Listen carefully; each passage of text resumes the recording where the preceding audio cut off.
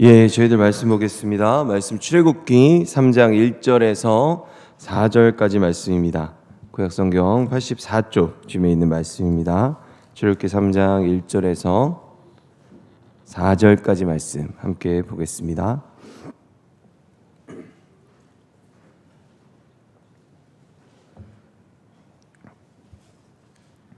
구약 84쪽쯤에 있는 출애굽기 3장 1절에서 4절까지 말씀, 저희들 함께 1절에서 4절까지 말씀 교독하겠습니다. 제가 먼저 읽고 마지막 말씀 같이 보겠습니다.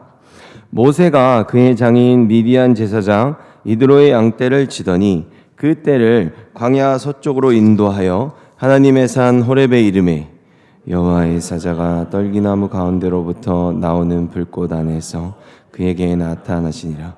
그가 보니 떨기나무에 불이 붙었으나 그 떨기나무가 사라지지 아니하는지라.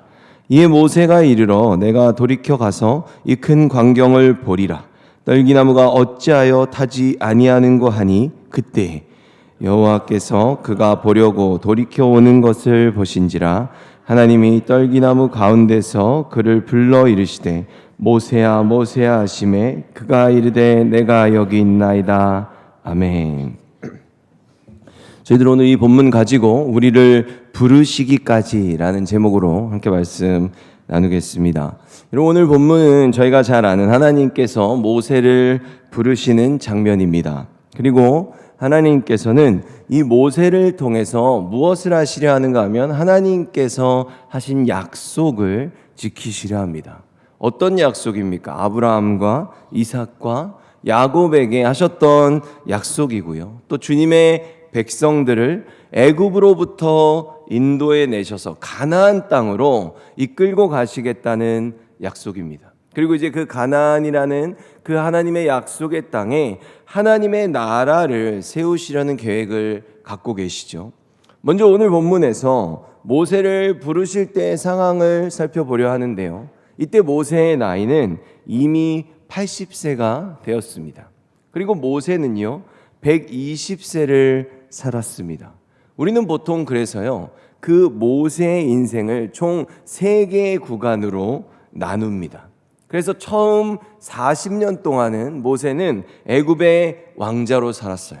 그리고 그 다음 40년 동안은 광야에서 이드로의 양떼를 쳤습니다. 그리고 오늘 하나님께서 모세를 80세에 부르신 뒤에 다시 40년이라는 시간을 광야에서 더 지내게 되지요.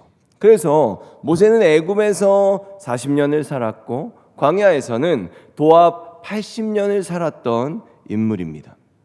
이처럼 그의 인생 전체를 통틀어서 보면 모세가 가장 오랜 시간을 보낸 것은 광야죠. 그리고 바로 오늘 본문에서는요 하나님께서 그의 나이가 80세가 되었음에도 불구하고 예비하신 놀라운 사명을 주고 계십니다. 그런데 여러분 이런 모세의 인생을 생각해 보면요 참으로 놀랍습니다. 왜냐하면 지금 모세가 받은 사명이 무엇입니까? 애굽에서 바로로부터 종살이를 하는 히브리인들을 지금 광야를 지나서 가나안까지 인도해 가야 하는 사명이죠. 이 사명을 감당하기에 지금 모세가 얼마나 잘 훈련이 되어 있는 상태인지 생각해 보려는 겁니다. 첫째로 모세는요 히브리인입니다. 그러니까 모세는 히브리인들을 어떻게 해요? 이해할 줄 아는 사람이죠. 그리고 그들을 사랑하는 마음도 모세는 가지고 있습니다. 모세가 왜 광야로 쫓겨났습니까? 그때 그 결정적인 이유가 뭡니까? 애굽 사람이요 히브리인을 때리는 모습을 봤단 말이에요. 그래서 가서 자기가 그 애굽인을 쳐 죽였거든요. 근데 그게 탈로 났다는 걸 모세가 알게 되자 그때 광야로 바로 살인자가 되니까 살인자로서 광야로 도망을 친 겁니다. 그러니까 살인자가 됐지만 모세의 마음에 있던 것은 결국 히브리인을 아끼는 마음 때문에 그런 일이 일어났다는 거예요. 그래서 그때 그 상황도 그 표현을 한번 보면요 2장 11절에 모세가 장성한 후에 한 번은 자기 형제들에게 나가서 그들이 고되게 노동하는 것을 보더니 어떤 애굽 사람이 한 히브리 사람 곧 자기 형제를 치는 것을 본지라 이렇게 돼 있어요. 여러분 어떻습니까?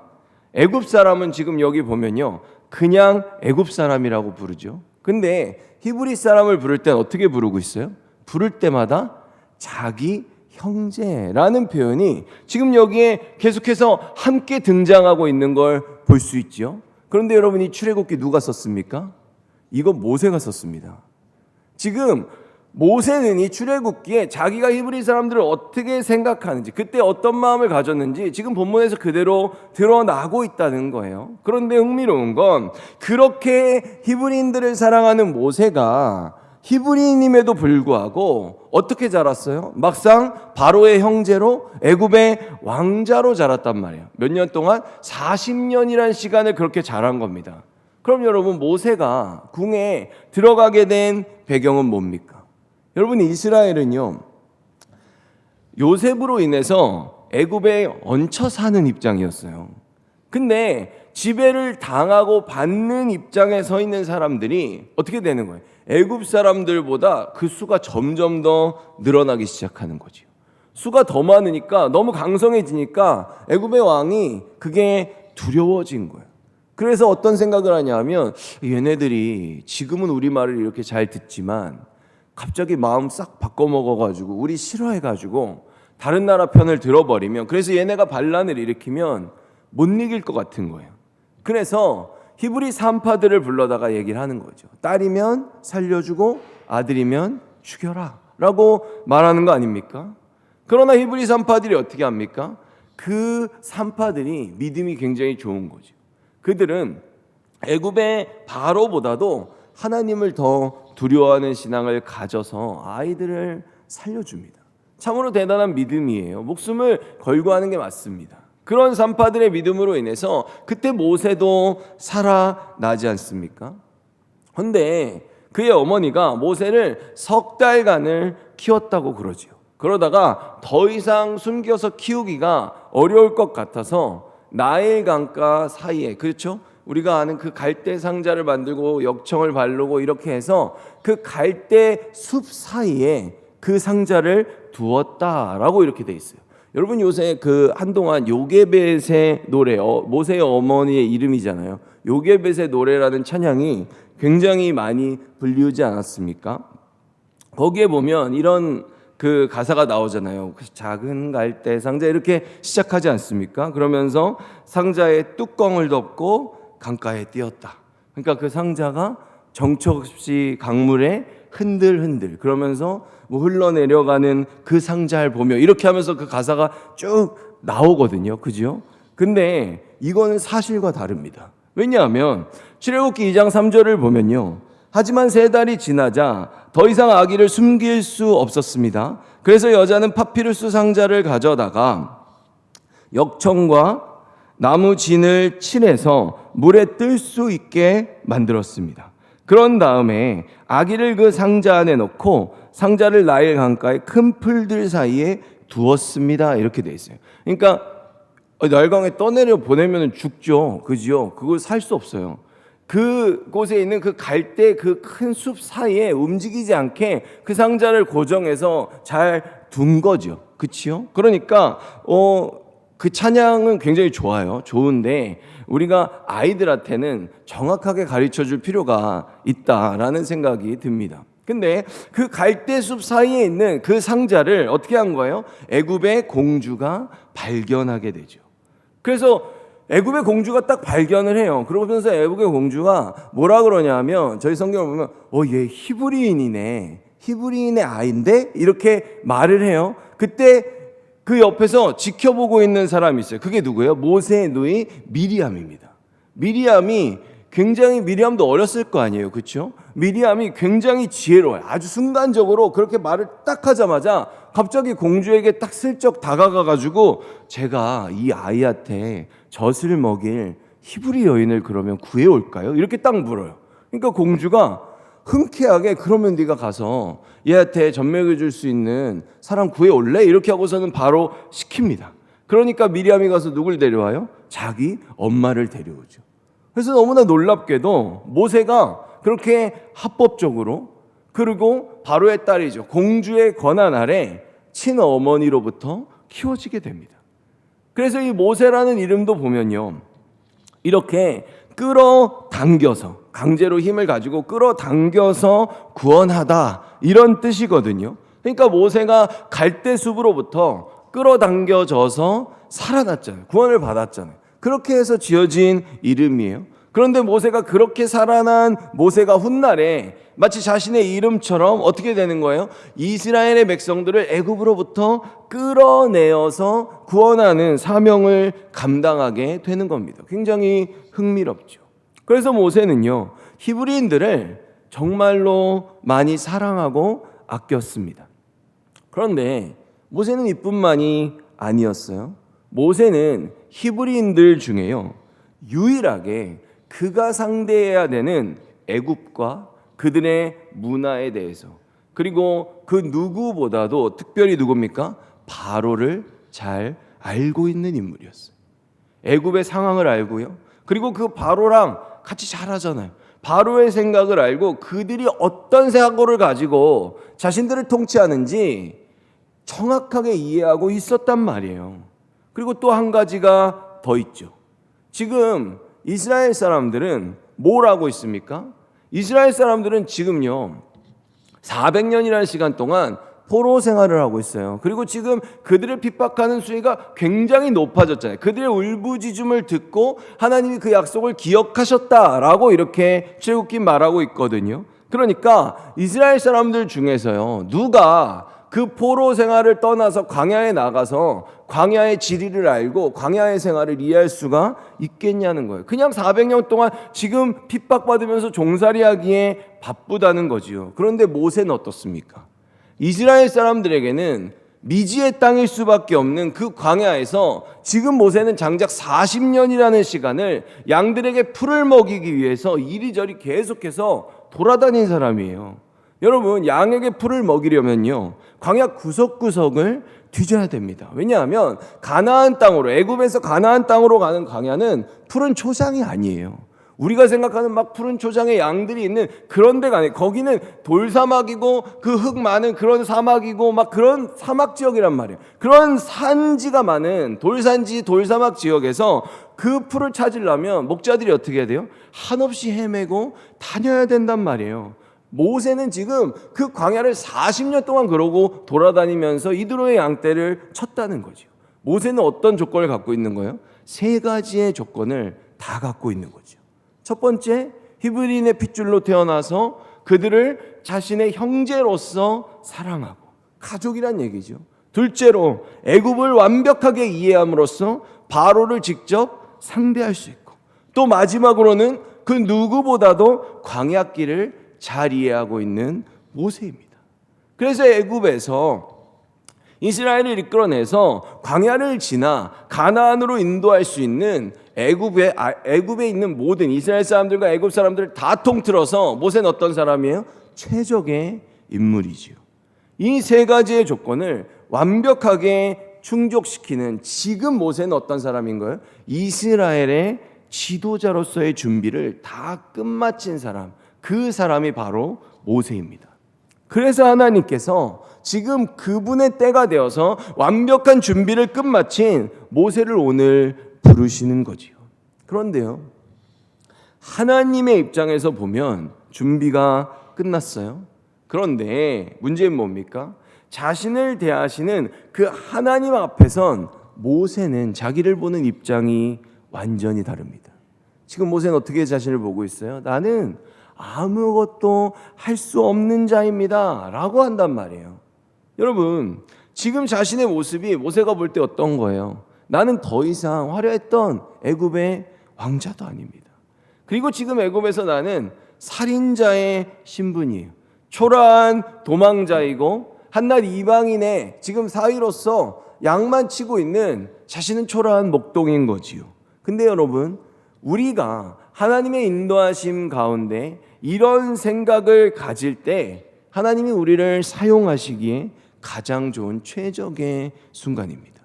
하나님이 보실 땐요, 지금 모세는 딱 되었거든요. 왜죠? 이제부터 모세를 통해서 무언가를 이루어내신다면 절대로 내가 잘나서 했다고 말할 수 없기 때문입니다. 여러분, 제가 바울을 보면서 그런 말씀을 드린 적이 있어요. 바울이 당시의 사람들이 볼 때 어느 정도로 바울이 능력이 많았는가 하면 바울의 몸에서 손수건이나 앞치마를 가져다가 병든 사람에게 얹으면 병도 낫고 악기도 떠나갔다, 이렇게 말한다고요. 그런데 바울이 정작 자신에게 있는 사단의 가시는 하나님한테 해결해 달라고 그러는데 하나님이 해결을 안 해주시잖아요. 그럼 사람들이 볼 때 바울의 모습이 어떠냐고요. 바울이 이게 지금 내가 사역에 방해가 된다고 생각하니까 하나님한테 구하는 거 아니겠어요? 근데 하나님은 네 은혜가 내게 족하다라고 하신단 말이에요. 근데 사람들이 바울을 보면 어떤 거예요? 아니, 다른 사람들은 다 고치는데 지는 못 고치네, 저거 바보네, 이런 말들을 사람들은 한단 말이에요. 근데 하나님이 보실 땐 그런 바울의 모습이 어떤 거예요? 자기는 못 고치는데 다른 사람들을 다 고치는 능력이라는 건 철저하게 그 능력이 바울의 것이 아니라는 걸 드러낼 수 있는 그런 모습이라고 지금 하나님은 보시는 거지요. 그래서 하나님이 말씀하시잖아요. 고린도서 1장 19절에 내 은혜가 내게 족하다, 내 능력이 약한 데서 온전해진다 고 말씀하셨습니다. 나는 그리스도의 능력이 내 위에 머물러 있도록 하기 위해서 나의 약한 것들을 더욱 기쁘게 자랑합니다. 아멘. 바울도 하나님의 응답을 어떤 겁니까? 지금 이해했어요. 그지요? 자신에게 받아들였죠. 내가 약하고 내가 부족하면 부족할수록 이 능력이 하나님의 것임을, 이것이 더 그들 앞에서 온전해짐을 지금 바울도 받아들인 거지요. 여러분, 이처럼 우리들의 생각과 하나님이 보시는 그분의 시선이 지금 얼마나 다릅니까? 우리들은 복음을 전해도요, 내가 그 사람보다 형편이 못하다 싶으면 그 사람들한테 담대하게 복음을 전하지 못하는 경우들도 많습니다. 근데 지금 모세가 볼 때 지금 내가 가장 부족하고 내가 아무것도 아니라고 느끼는 지금 딱 그 인생의 가장 초라한 아무것도 없는 그 순간에 지금 하나님께서 모세를 부르고 계신다는 거예요. 그런데 하나님이 보실 땐 어때요? 지금이 가장 합당한 때라는 거죠. 그렇게 겸손해야만 더 주님만 의지할 수 있고, 그렇게 아무것도 없음을 알아야 더 주님만 드러낼 수 있기 때문입니다. 그래서 하나님께서요, 이런 모세를요, 광야에서 가장 평범하고 흔해 빠진 떨기나무 앞으로 부르십니다. 이 떨기나무를 가지고 특별하게 설명하려는 이유가 어떤 그런 말씀들도 많지만 저는 전혀 그렇게 보지 않습니다. 저는 이 떨기나무가 딱 모세 같다고 생각해요. 떨기나무는 광야에서 평범하기 짝이 없는 나무입니다. 본래 같으면 너무나 평범해서 너무나 많이 널려 있으니까 아무런 신경도 안 쓰고 모세조차도 그냥 지나치고 다니던 그런 나무예요. 그런데 그 평범하고 아무렇지도 않은 너무나 많은 나무 중에 오늘 그 떨기나무에 불이 붙었는데 타질 않는 거예요. 모세가 너무도 신기해서 그것을 보기 위해 떨기나무 쪽으로 걸어갑니다. 그때 하나님께서 모세를 부르시죠. 그리고 준비된 사명자로 세우십니다. 여러분, 저희들 여기서 크게 두 가지를 볼 수 있어요. 첫째로 하나님께서 우리들로 하여금 지금 모세의 인생을, 모세는 초라하다 엮이지만 지금 하나님이 보실 때 어떤 거예요? 내가 그것을 원하든 원치 않든 경험하게 하신 그 삶의 수많은 모든 우여곡절들을 통해서, 심지어는 모세가 살인자가 돼서 오지 않았습니까? 그것이 모세의 실수라고 할지라도 주님께서는 그 모든 경험과 모든 시간들을 모아서 그 위에 하나님의 선하신 능력과 뜻을 얹어서 합력하여 선을 이루도록 역사하신다는 것. 놀라운 일이죠. 우리의 실수조차도 하나님의 귀한 역사의 도구로 만들어 가신다는 겁니다. 그렇다고 해서 하나님께서 모세로 하여금 일부러 사람을 죽이게 만드신 거 아니에요. 모세가 실수하고 모세가 잘못했지만 그것을 주님의 역사로 승화시키시는 거죠. 그렇게 우리의 삶은요, 주님 안에서 버릴 게 없다는 겁니다. 하나님이 우리를 붙드시고 우리의 삶을 움직이기 시작하시면요, 우리는 정말로 그때 쓸모가 있어집니다. 모세가 이브리인으로 태어나고 그럼에도 불구하고 애굽의 왕자가 되고 그러다가 도망자가 되었지만 이드로의 사이가 되고 또 양을 쳤는데 그렇게 40년이라는 시간 동안 광야를 돌아다니다가 오늘은 떨기나무에 이르게 됐고 결국 하나님의 사명자가 되었습니다. 여러분, 이런 인생의 모든 상황들이요, 그 순간순간에 일어난 일들 모두가 모이고 모여서 어떻게 합니까? 모세를 훈련하고 결국 그를 쓰시기 위해서 하나님께서 허락하시고 인도하신 모든 결과물이 되는 겁니다. 둘째로 우리가 생각할 수 있는 건요, 하나님께서는 주님의 백성들에게 언제나 먼저 찾아오신다는 거예요. 이것이 하나님의 은혜가 우리에게 임하는 방식입니다. 주님은 언제나 우리를 먼저 부르세요. 아브라함이 우상숭배의 땅이었던 갈대아 우르에 있을 때도 하나님께서 그를 먼저 부르셨어요. 예수님께서 12 제자를 부르실 때도 주님께서는 언제나 먼저 찾아가셨습니다. 이런 역사의 방식과 부르심은요, 오늘 우리들에게도 마찬가지입니다. 여러분, 우리들의 삶에 우연은 없습니다. 어떤 특별한 사건을 통해서이든, 그것이 부모님을 통해서라고 할지라도 우리가 주님을 만나는 건요, 전부 다 하나님의 계획대로 이루어진 역사입니다. 그리고 이 모든 것들의 합당한 근거는 바로 우리를 향한 주님의 사랑입니다. 사랑하셔서 우리를 부르시고 사랑하셔서 우리를 만나서 백성 삼아 주시는 거죠. 요한일서 4장 10절에 사랑은 여기 있으니 우리가 하나님을 사랑한 것이 아니요 오직 하나님이 우리를 사랑하사 우리 죄를 위하여 화목제로 그 아들을 보내셨습니다. 디모데후서 1장 9절도 보면요, 하나님이 우리를 구원하사 거룩하신 부르심으로 부르심은 우리의 행위대로 하심이 아니요 오직 자기 뜻과 영원한 때 전부터 그리스도 예수 안에서 우리에게 주신 은혜대로 하심이라. 아멘. 이처럼 하나님께서는요, 우리를 그분의 때가 되어 부르십니다. 또 그리고 우리는 그 하나하나의 이유를 다 알지 못하고, 그것이 심지어는 우리의 실수고 때로는 내가 실패했다고 여기는 그런 순간이라 할지라도 그런 다양한 모든 경험과 순간들을 통해서 우리를 주님의 도구로 준비시켜 가신다는 거지요. 그리고 그런 우리들과 하나님께서 어떻게 하면 함께 하시면, 하나님이 우리와 함께 하시면 지극히 평범한 떨기나무가 놀라운 하나님의 역사의 도구가 되는 것처럼, 스스로 가장 초라하고 아무것도 할 수 없다고 생각하는 모세가 하나님이 함께 하시면 민족 최고의 지도자가 되는 놀라운 하늘 역사의 도구가 되는 일이 일어난다는 겁니다. 여러분, 하나님께서 우리들을 오늘까지 인도하셨습니다.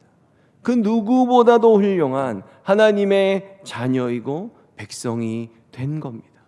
마치 이스라엘을 가나안으로 인도했던 오늘 본문의 모세처럼요, 주님께서 허락하신 영혼들에게 주님은 저희들도 보내시길 원하십니다. 여러분, 모세는요, 하나님께서 부르실 때 자신이 없었습니다. 내가 뭐라고, 내가 감히 어떻게 그런 일을 행할 수 있겠느냐고 주님께 반문하다가 혼이 나죠. 여러분, 저희들도 그렇지 않습니까? 과연 우리가 뭐라고 감히 하나님의 말씀을 대변하고 그분의 빛을 바라며 살아갈 수가 있겠습니까? 자격을 논하자면 우리들도 다 자격이 없다는 거예요. 그러나 주님께서 모세에게 분명히 약속하시죠. 뭐라 그러냐? 모세가 힘을 얻고 나아가고 일할 수 있는 이유는 이겁니다. 3장 12절에 하나님이 이르시되 내가 반드시 너와 함께 있으리라. 내가 반드시 너와 함께 있으리라 라고 거듭 약속해 주십니다. 주님이 함께 하신다. 함께 하시면 할 수 있다. 마치 지금 성령님께서 우리와 함께 하시는 임마누엘의 역사가 우리에게 지금 이루어지고 그 약속이 이루어진 것처럼 결국 모세는 하나님이 함께 하심으로 출애굽을 이루어 냈습니다. 이처럼 하나님의 일은요, 내가 하는 게 아니고 주님께서 함께 하심으로 이루어지는 겁니다.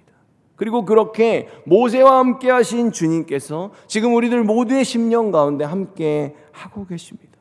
그러니 앞으로 저희들요, 모세처럼 주님의 명령에 순종함으로 나아간다면 나의 현재 상태, 나의 작은 모습, 내가 할 수 없음과는 상관없이 주님께서 모세와 함께 하셔서 그를 귀하게 사용하시고 그리고 그런 함께 하시는 한 명 한 명의 구성원들을 통해서 귀한 하늘의 역사를 이어가실 것을 믿어 의심치 않습니다.